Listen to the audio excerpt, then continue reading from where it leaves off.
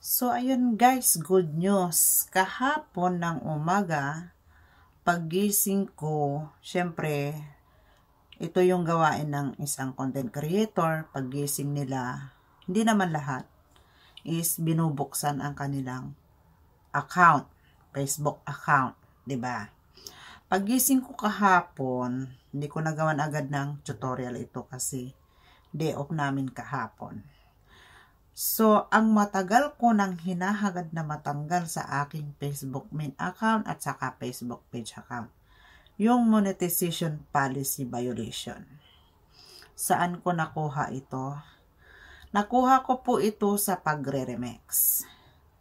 Kung natatandaan nyo po ang skin tone na barbershop, yun. Hindi lang doon, kasi nagtry talaga ako mag-remix. Yes, maganda ang remix. Pero hindi lahat ng remix is okay siya. Hindi natin alam kung may problema ang isang video. Nagmamay-ari ng video. So, hindi lang yun. Mayroon din akong kinuhang video na sinasaktan yung babae sa palayan. Sinusubsub yung babae. So, bawal na bawal yun. Alam natin na bawal yun. Pero, ginawa ko pa rin. Kasi tinitignan ko kung ano talaga, kung bakit sila napapayagang mag-post ng ganon. Tinry ko pa rin. At ang napansin ko sa nangyari sa aking Facebook main account at saka Facebook page account, kung may problema ang page, nadadamay ang main. Yun ang pagkakaalam ko. Kaya, i-share ko po sa inyo, ingat-ingat lang sa pagre-remix. Hindi lahat ng nagre-remix is okay.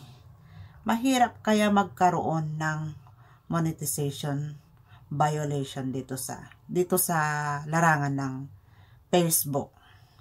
Ang tagal kong inantay. 7 months po akong mayroong flag behavior. Mabigat po yan. So, sa madaling salita, hindi pa rin ako sumuko. Nagsasubmit po ako ng appeal every month. Nagtataka na lang ako kasi natagalan. Pero sabi ng iba, nanonood din ako, is matagal talaga ang flag behavior na monetization policy violation. So, payo ko lang sa mga kapwa content creator, sa mga nagsisimula pa lang or sa mga kagaya kong medyo matagal-tagal na rin, para iwas sa problema, ingatan na lang natin po ang paggawa ng content.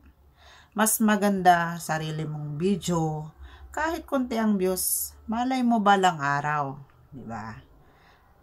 Makakamit mo rin ang maraming views. Kaya ituloy mo lang, ganun lang po. Napakasaya ko dahil malinis na ang aking Facebook main at saka Facebook page account. Wala na pong problema. So, tuloy lang. Congrats!